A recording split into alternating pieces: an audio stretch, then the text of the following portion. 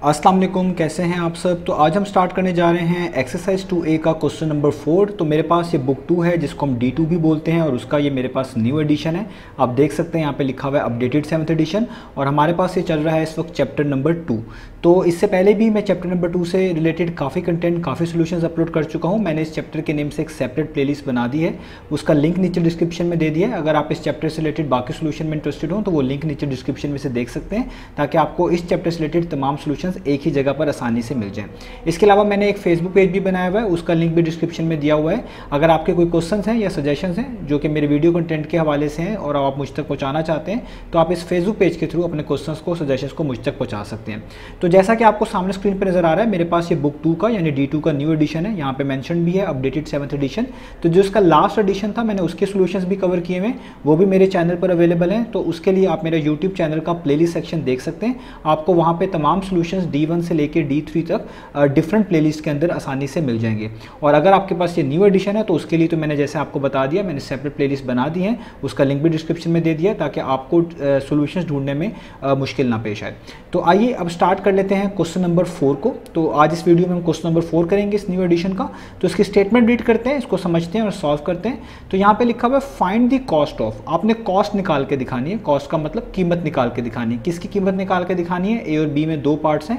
पहले पार्ट में आपने कॉस्ट निकाल के दिखानी है 10 इरेजर्स की। ये जो स्टार्ट में लिखा हुआ है इसी की कॉस्ट निकालनी है, यानी find the cost of 10 erasers. आप इसको इस तरह मिलाकर पढ़ेंगे। जो व्हेन के बाद लिखा हुआ है स्टेटमेंट, जो भी मैं पढ़ने जा रहा हूँ वो गिवन है। तो व्हेन के आगे क्या लिखा हुआ है? व्हेन 3 इरेजर्स कॉस्ट PKR को पढ़ते हैं पाकिस्तान रुपीज़। ये हमारा जो यूनिट है जिसमें करेंसीज पहचानी जाती हैं पाकिस्तान की, हम इसको पाकिस्तान रुपीज़ पढ़ते हैं, तो उसको शॉर्ट फॉर्म होती है PKR। तो यहाँ पे लिखा हुआ है व्हेन 3 इरेजर्स कॉस्ट PKR 18। तो वो कह रहे हैं 10 इरेजर्स की कॉस्ट बताएं, यानी 10 इरेजर्स कितने की होंगी ये बताएं, जबकि 3 इरेजर्स कितने रुपए की हैं? 18 रुपीज़ की हैं इन टर्म्स ऑफ PKR। ठीक है, ये तो हमारा हो गया ए पार्ट, यानी जिसमें आपने जस्ट ये बताना है कि 10 इरेजर्स कितने रुपए की हैं, कितने पैसों की हैं, कितने कॉस्ट की हैं। बी पार्ट में लिखा हुआ है, ऊपर से पढ़ेंगे find the cost of 1 kilogram of sugar. अब देखें ए का मतलब कुछ भी नंबर हो सकता है, उन्होंने यहाँ पे कोई नंबर नहीं लिखा, एक लेटर लिख दिया ए। ठीक है, तो इसका मतलब है आपने ये ए के बारे में ही इंफॉर्मेशन बतानी है, कोई नंबर इसमें अवेलेबल नहीं है, तो इसलिए कंफ्यूज नहीं होना। तो आपने यही बताना है कि 1 किलोग्राम कोई शुगर है। अब हमें नहीं पता ए कितनी है, 5 हो सकती है, 6 हो सकती है, इससे कोई हमें इशू नहीं है। हमने जस्ट 1 किलोग्राम ऑफ शुगर की कॉस्ट निकाल के बतानी है।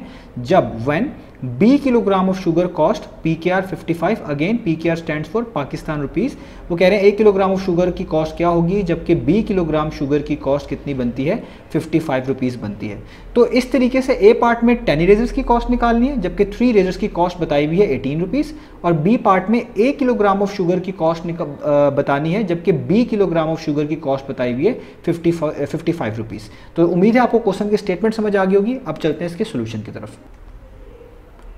तो अब आपको सामने स्क्रीन पर क्वेश्चन नंबर 4 की स्टेटमेंट नजर आ रही है, पार्ट ए और पार्ट बी भी नजर आ रहे हैं। तो पार्ट ए से स्टार्ट करते हैं। तो सबसे पहला स्टेप क्या है, आपने यहाँ पे थोड़ा सा गिवन डाटा लिखना है कि आपको क्या चीज़ गिवन है और क्या फाइंड आउट करनी है। तो हमारे पास जो गिवन डाटा है उसमें मैं लिखूंगा कि गिवन के अंदर एक गिवन का सेक्शन बनाऊंगा और उसके आगे क्या मेंशन करूंगा कि हमें क्या चीज़ गिवन है। हमें गिवन है 3 इरेजर्स की कॉस्ट, यानी वो कितने की हैं? 18 रुपीज़ की हैं। तो हम यहाँ पे लिखेंगे कॉस्ट ऑफ 3 इरेजर्स। हमें ये बता दिया गया है कि 3 इरेजर्स की कॉस्ट कितनी है?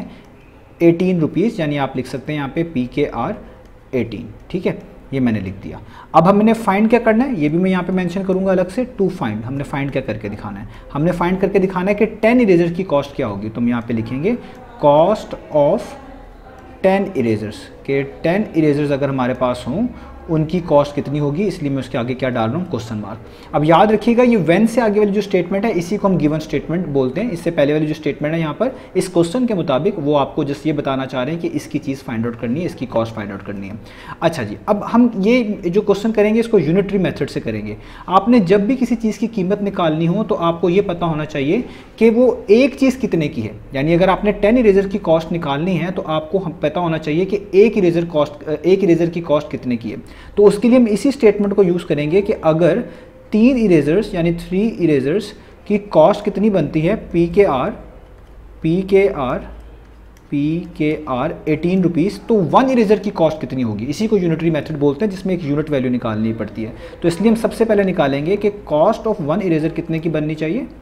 कॉस्ट ऑफ 1 इरेजर वो कितने की बननी चाहिए? हम 18 को 3 पर डिवाइड कर देंगे। हम लिखेंगे 18 डिवाइडेड बाय 3। ये याद रखिएगा, जब भी आपको किसी कलेक्टिव चीज़ की जो है कुछ कीमत दी हो और आपको एक चीज़ की कीमत चाहिए हो, तो आप उस टोटल कीमत को, टोटल वैल्यू को उसकी क्वांटिटी से जितनी की दी हुई है, जिस तरह 3 इरेजर्स की दी हुई है उससे डिवाइड कर देंगे, तो आपको हमेशा एक चीज़ की कीमत मिलेगी। जिस तरह यहाँ पे लिखा हुआ है 3 इरेजर की कॉस्ट 18 रुपीज़ की है, तो आपको अगर एक इरेजर की निकालनी है तो जितनी उसकी कीमत है यानी 18 रुपीज़, आपने उसकी तादाद को यानी 3 इरेजर को डिवाइड कर देना, 18 डिवाइडेड बाय 3 लिख देना है, तो आपको एक चीज़ की, एक इरेजर की कॉस्ट पता चल जाएगी।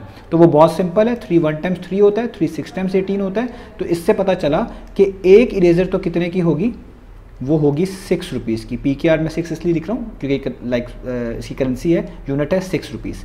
तो जब एक इरेजर 6 रुपीज़ की है तो 10 इरेजर्स तो निकालना बहुत आसान हो गया, तो हम जस्ट मल्टीप्लाई कर देंगे। जब आपको एक चीज़ की कीमत पता चल जाए और उस जैसी 5 10 या 15 चीज़ें हों उस तरह की निकालनी हो कीमत, तो आप बस उस एक चीज़ की कीमत को उस वाली जितनी आपको चाहिए, जितने की कॉस्ट चाहिए, उससे मल्टीप्लाई कर देते हैं। तो हम यहाँ पे लिखेंगे, इसका मतलब है कि कॉस्ट ऑफ 10 इरेजर्स अगर हमने निकालनी है तो हम क्या करेंगे कि एक इरेजर की कॉस्ट कितनी है 6, उसको मल्टीप्लाई कर देंगे जितने की हमने निकालनी है यानी 10 के साथ। तो 6 मल्टीप्लाई बाय 10 कितना होता है, आपको पता है वो होता है 60।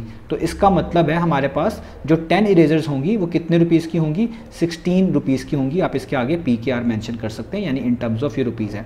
तो पहला पार्ट तो हो गया, हमने 10 इरेजर्स की कॉस्ट निकाल के दिखानी थी, वो पता चल गया। उसका आंसर कितना आ गया आपके पास, 60 रुपीज़। ठीक है, अब चलते हैं बी पार्ट की तरफ। अब हमने सेम पैटर्न पे बी पार्ट करना है। तो बी पार्ट में कॉस्ट किसके निकाल के दिखानी है, 1 किलोग्राम ऑफ शुगर की, जबकि बताई किसकी हुई है, 20 किलोग्राम ऑफ शुगर की, जो कि कितनी है 55 रुपीज़।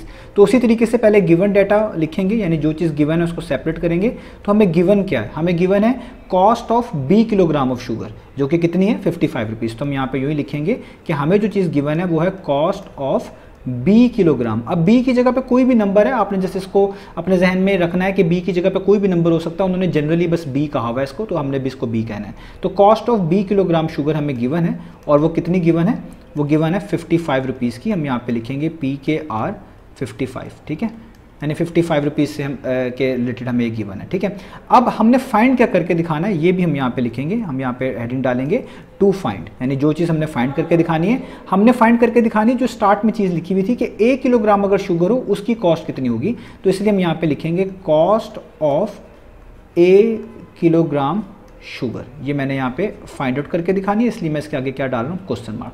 तो ये तो हो गया हमारा गिवन और टू फाइंड। अब स्टार्ट कहाँ से करना है, स्टार्ट हमेशा की तरह पार्ट नंबर A की तरह हमने स्टार्ट पहले वहीं से करना है जो चीज़ आपका गिवन डाटा है। तो मैं अगर गिवन डाटा को यहाँ पे लिखूँ जस्ट दोबारा से कि हमारे पास गिवन ये था कि 20 किलोग्राम अगर हमारे पास शुगर हो, ठीक है, 20 किलोग्राम हमारे पास शुगर हो, तो उसकी कॉस्ट कितनी है, वो है 55 रुपीज़ की। PKR stands for Pakistan rupees, तो वो 55 रुपीज़ की है। तो जब भी आपको किसी भी kilogram sugar, 2 kilogram, 3 kilogram, 1 kilogram, 20 kilogram आप कह लें, शुगर की कॉस्ट निकालनी है, यूनिटरी मेथड हम यूज़ कर रहे हैं, तो हमेशा आपको पहले पता होना चाहिए कि 1 किलोग्राम की कॉस्ट कितनी होगी। जब तक आपको ये नहीं पता चलेगा कि 1 किलोग्राम की कॉस्ट कितनी है शुगर की, आप नहीं बता सकते कि उस जैसी 5, 6, 7 किलोग्राम या कोई 1 किलोग्राम की कॉस्ट कितनी होगी। तो आपने इधर भी बिल्कुल एक तरह से यूनिट वैल्यू ही निकालनी है, यानी आपने सबसे पहले निकालनी है cost of 1 kilogram of sugar. Unit का मतलब होता है एक, यानी 1 इंडिविजुअल। तो आपने यहाँ पे निकालनी है cost of 1 kilogram of sugar. जिस तरह पिछले क्वेश्चन में हमने एक इरेजर की जो है कॉस्ट पहले निकाली और बाद में उस तरह की 10 की निकाल ली, तो इधर भी 1 किलोग्राम शुगर की कॉस्ट पहले निकालनी है और बाद में हम जितनी मर्जी की निकाल सकते हैं। तो तरीका क्या बताया कि जो उनकी टोटल प्राइस गिवन होती है उसको लिखें। तो देखिए टोटल प्राइस इस 20 किलोग्राम शुगर की कितनी गिवन है, 55, और आपको एक की निकालनी है ना, तो जितनी क्वांटिटी की उन्होंने आपको प्राइस बताई हुई है उसको इस 55 से क्या कर दें, नीचे लिख दें आप, यानी एक तरह का डिवाइड कर दें। यानी 55 डिवाइड हो रहा है किसके साथ, B के साथ। तो जब भी आप किसी मिलाकर चीज़ों की कीमत दी हो और आपने एक चीज़ की कीमत निकालनी हो, तो जो मिलाकर उनकी कीमत दी हुई है उसको ऊपर लिखना है और जितनों की वो कीमत दी हुई है उसको उस लाइन डाल के यानी नीचे लिखना है, यानी उससे डिवाइड करवा देना है। तो आपको हमेशा एक चीज़ की कीमत मिलेगी। अगर वो कुछ भी होगी, जिस तरह यहाँ पे शुगर है तो 1 किलोग्राम शुगर की मिलेगी। पिछले केस में इरेजर थे, यहाँ पे 10 वहाँ जाके डिवाइड किया था तो एक इरेजर की मिल गई थी। तो अब आप देखें ये इसका इतना ही आंसर है, क्योंकि देखें बी तो हम सॉल्व नहीं कर सकते, तो ये कॉस्ट आई है तो इसलिए इसके साथ आपने क्या लिखना है, PKR। तो मैं यहाँ पे मेंशन कर देता हूँ ये पाकिस्तान रुपीज़ के अंदर इतनी बनती है। तो अब इसमें बी को और कुछ सॉल्व नहीं कर सकते, जस्ट इतनी ही वैल्यू है, ठीक है। तो अगर आपको पता चल गया है कि 1 किलोग्राम शुगर की कॉस्ट इतनी बनती है, तो अब आप आराम से बता सकते हैं कि 1 किलोग्राम की कॉस्ट कितनी बनेगी। तो वो बहुत आसान है। तो आप यहाँ पे लिखेंगे cost of 1 kilogram of sugar, कि 1 किलोग्राम अगर शुगर होती तो तब कितनी कीमत उसकी बनती। तो मैंने आपको बता दिया था, जब आपके पास यूनिट वैल्यू आ जाए आप इस तरह की आप जितनी मर्जी की कॉस्ट निकाल सकते हैं। यानी अब 1 किलोग्राम की आपके पास कॉस्ट है तो एक ही निकालना कोई मुश्किल नहीं है, जस्ट मल्टीप्लाई हमेशा करते हैं। तो आपने भी क्या करना है, आपने लिखना है 55 divided by B multiply by, यानी एक चीज़ की कीमत कितनी की आपने निकालनी है, एक ही, तो उससे मल्टीप्लाई कर देना, मल्टीप्लाई बाय ए। तो अब आप इसको जाहिर बात है कुछ ज़्यादा तो सॉल्व नहीं कर सकते, ये 55a से मल्टीप्लाई हो जाएगा तो क्या हो जाएगा 55a, और इस a के नीचे कुछ नहीं लिखा हुआ, आप 1 लिख सकते हैं, आप इससे कोई फ़र्क नहीं पड़ता क्वेश्चन पे। तो नीचे वाले को नीचे से कर दें, b 1 टाइम्स कितना हो जाएगा b, आपको पता है b को 1 से अगर मल्टीप्लाई करेंगे तो आपके पास वापस क्या मिलेगा, b मिलेगा। तो बेसिकली ये आपको पता चल गया, ये जो भी वैल्यू है, जाहिर बात है हमें a b की वैल्यूज़ नहीं पता एग्जैक्ट, तो जो भी वैल्यू आप यहाँ पे पुट करेंगे आपको ये हमेशा यही बताएगा कि 1 किलोग्राम की शुगर की कॉस्ट कितनी बनी है। तो आप इस पर यहाँ पे ब्रैकेट्स भी यूज़ कर सकते हैं, ना यूज़ करना चाहें तो वो भी ठीक है। तो ये हमारे पास कॉस्ट आ गई 1 किलोग्राम ऑफ शुगर। और इसी चीज़ को आप ऐसे भी लिख सकते हैं, ये दोनों मेथड हैं, खाली क्योंकि आपका आंसर इस तरह कोड किया हुआ है ताकि आप लोग कंफ्यूज ना हो, ये दोनों के मतलब सेम ही हैं। आप जस्ट ब्रैकेट्स के बगैर भी 55a ओवर b लिख सकते हैं। तो यहाँ पे हमारा एक क्वेश्चन ख़त्म हुआ। उम्मीद है आपको ये चीज़ें समझ आई होंगी। इंशाल्लाह हम अब नेक्स्ट वीडियो से मिलेंगे इसके बाकी सॉल्यूशंस के साथ।